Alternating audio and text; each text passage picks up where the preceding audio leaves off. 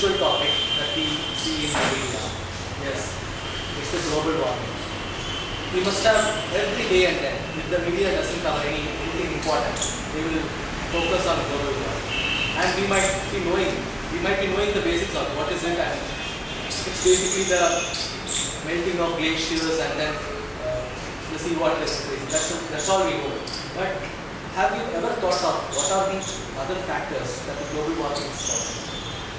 Any thoughts? Well, I'm going to cover them as well. I will be covering what is global warming and how it is being caused, that most of you all know. The most important thing is I will be telling you what are the effects. Effects basically cover each and every aspect of your life. That is why it is becoming more important in addressing that issue.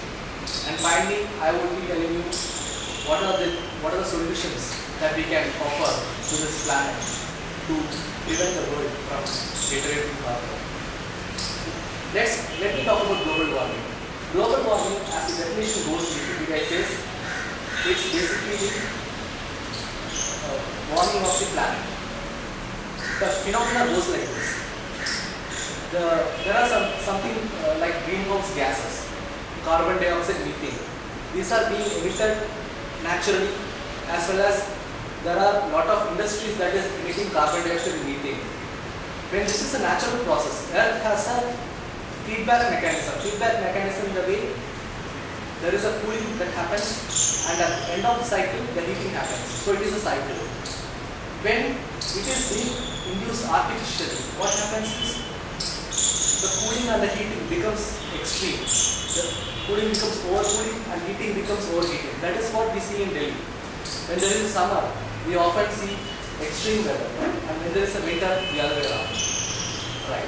So this is all about global warming. Coming to the causes of global warming, the main cause of global warming are the automobiles and the industries. The carbon dioxide that they emit, they will not leave this atmosphere. They are within the atmosphere, and the density of greenhouse gases has become so much that they absorb all the sun radiation, and they are holding that heat within this atmosphere. And because of that, what happens?